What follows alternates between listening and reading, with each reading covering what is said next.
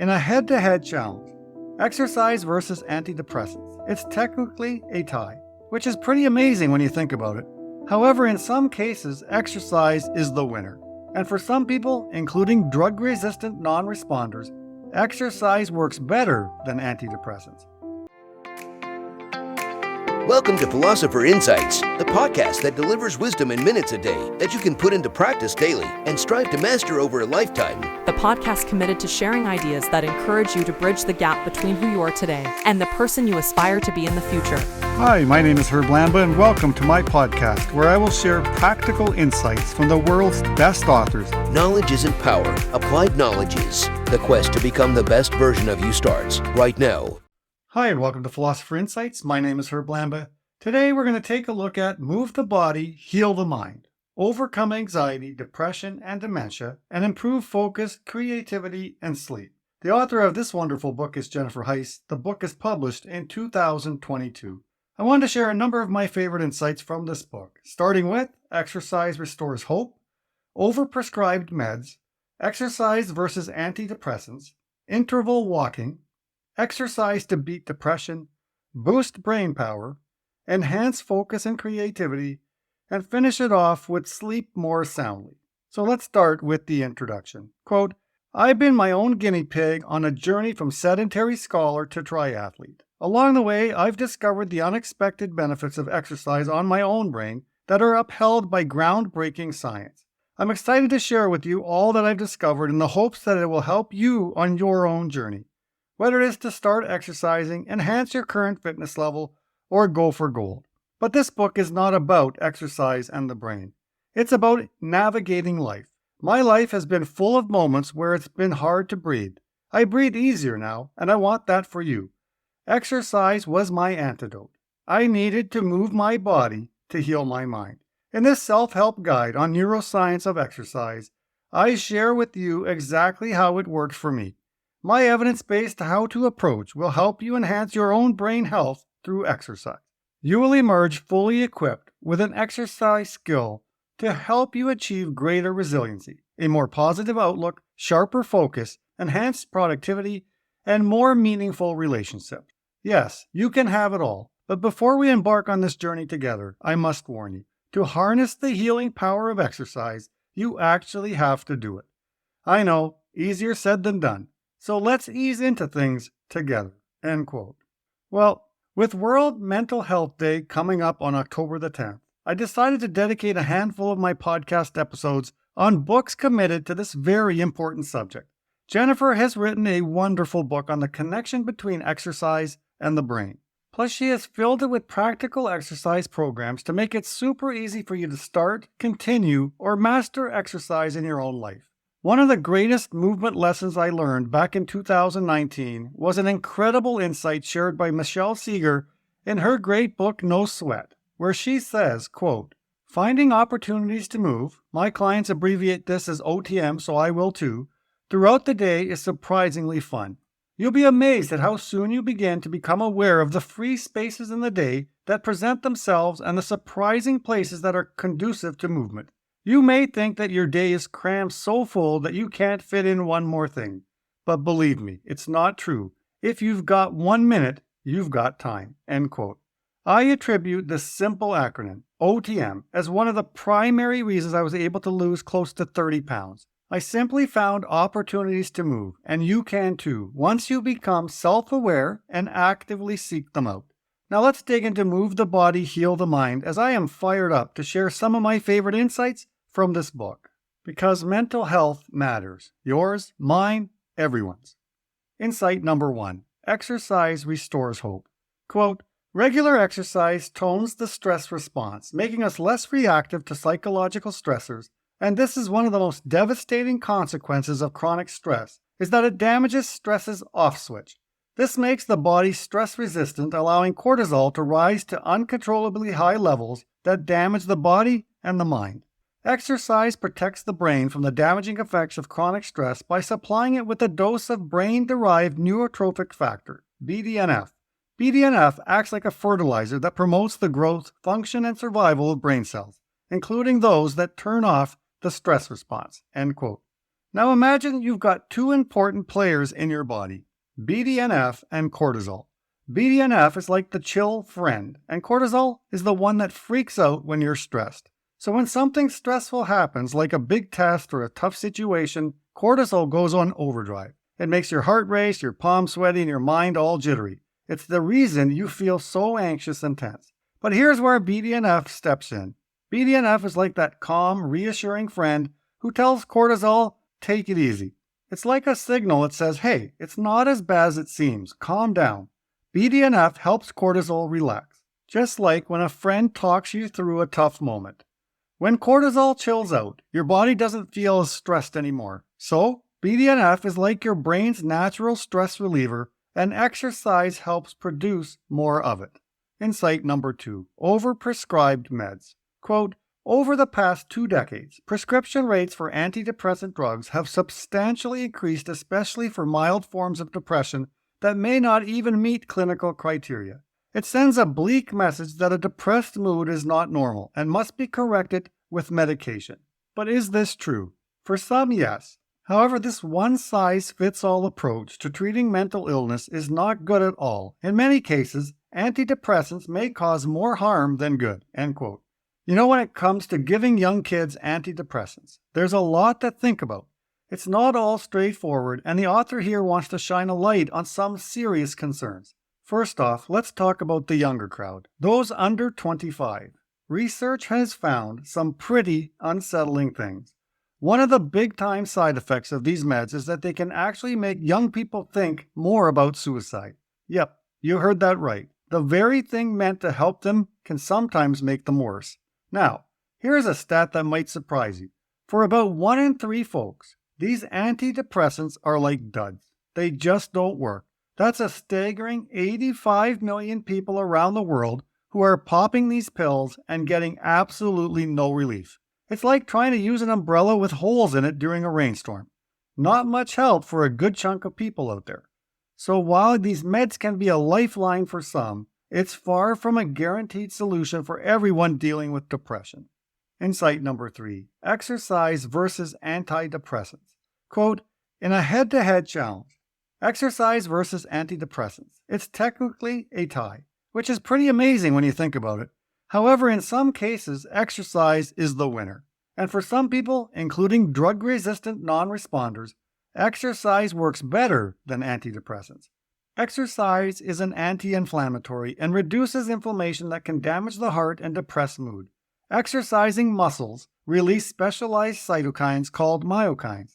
Like regular cytokines, myokines sound an alarm, but their message is less alarming and more precautionary. The alarm reads something like this. Dear body, there is no active threat here.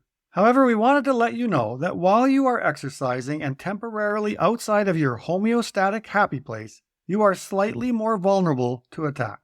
You're in good health. The myokines. End quote. Okay, so there's this cool thing called myokines. Think of them as the body's own little superheroes. When you exercise, these myokines have a chat with the body and say, hey, we're working out here. In response, the body sends in these other little fellows called cytokines. They're like the body's shield during exercise, protecting it.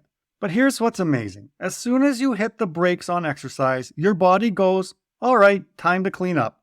It's like sending in a team of anti-inflammatory cleaners to tidy up the mess caused by the exercise party. You want to know the most surprising part? The more you exercise, the better this cleanup crew gets at its job. Over time, it becomes a real pro at leaving your body less inflamed after a workout. So think of it like a superhero training program. The more they practice, the better they become at saving the day. Insight number 4, interval walking. Quote, number 1, although sitting may be as bad as smoking, some people can sit all day without any dire consequence. Who are those people? They are the most active among us. One study compiled data for over 1 million people. At baseline, participants were asked about their daily activity habits regarding how much they 1. Engaged in moderate to physical activity, 2. Sat, and 3. Watched TV. Then, for up to 18 years, the researchers tracked death rates for all causes. Here's what they found. Inactive people had the highest death rate, and that rate increased the longer they sat and watched TV. The most active people had the lowest death rate. and those who walked briskly for at least 1 hour a day were able to neutralize the detrimental effects of sitting for 8 hours and watching TV for 4 hours. The bottom line, if you like watching TV, then you'd better start moving. End quote. Allow me to underscore this point with a study I came across in the esteemed British Journal of Sports Medicine.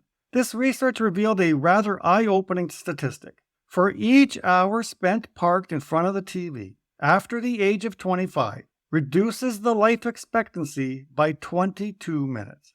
I read this research and it got me thinking, how much time was I spending glued to the tube and parked on my couch?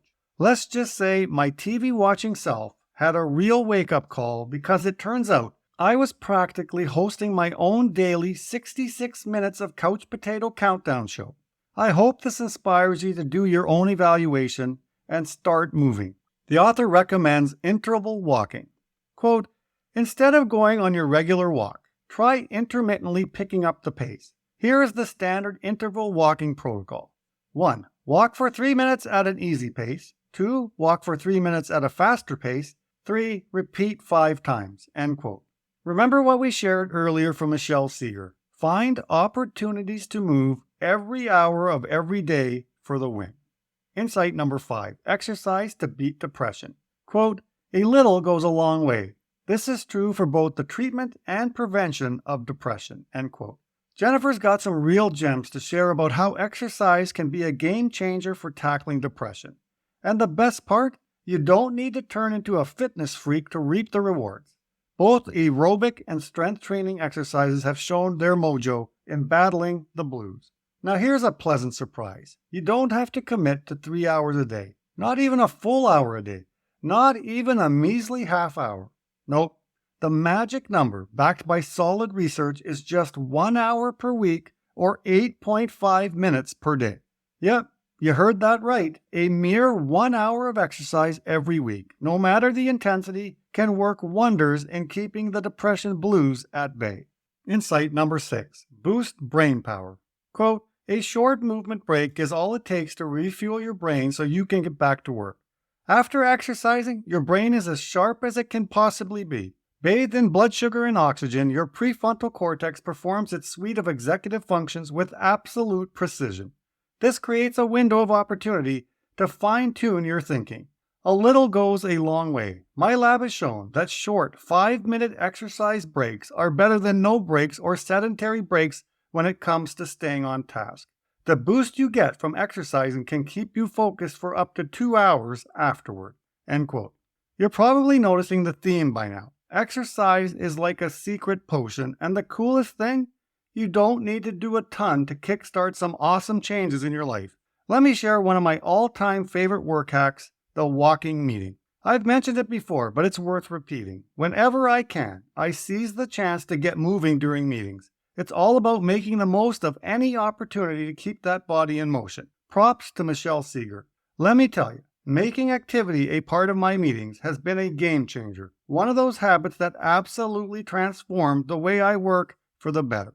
Insight number 7. Enhance focus and creativity. Quote, can exercise enhance both focus and creativity at the same time? Yes, you can train to enhance both focus and creativity, but your training program must include unpredictability, cross-training, and play. For those of you who are just starting out, the mere act of exercising offers everything that you need. For those of you who already are active, you will need to change things up. If you're already doing cardio, add strength exercises. If you're already doing strength exercises, add cardio. Infuse novelty into your current plan by including elements of surprise. Try exercising outdoors or take an unfamiliar route. End quote. Now it's time to let you in on another little secret. Exercise isn't just about getting those biceps pumped up or torching calories. Nope, it's like a VIP pass to the brain gym. Here's why. When you work up a sweat, your brain goes into overdrive. It starts making new brain cells in a process called neurogenesis. Yep, you literally grow your brain, but it doesn't stop there. Exercise also throws a party for your neurons and encourages them to mingle and make new connections. Now, why does all of this matter? Well, when your brain gets all pliable and fresh with new cells and connections, it's like turbocharging your mental powers. You'll notice better memory, problem-solving skills, and creativity that flows like a river. So, next time you're sweating it out at the gym, remember, you're not just working on your body, you're giving your brain a serious upgrade. Insight number 8, sleep more soundly. Quote, "To understand why more exercise helps you sleep deeper, I need to introduce you to adenosine, nature's second sleeping aid. Adenosine is a chemical found in all cells of the body, including the brain. It increases with every hour that you are active and awake and therefore provides a biological marker of how hard you've been working. The longer and harder you exercise, the more adenosine builds up during the day and the deeper you sleep at night. Your brain has a built-in sensor for detecting the rise of adenosine. When adenosine rises too high, the brain forces you to sleep." End quote. You see, adenosine is like the brain's thermostat. When it starts creeping up to the danger zone, it's as if your brain is shouting, "Mayday, Mayday, we need some sleep here." So it's like a built-in alarm telling you it's high time to catch some Z's. Quote, "Here's the bottom line. Exercise helps drain the brain's battery during the day for a deeper sleep at night." End quote. Well, it's time to wrap up the wisdom I've been sharing from Move the Body, Heal the Mind.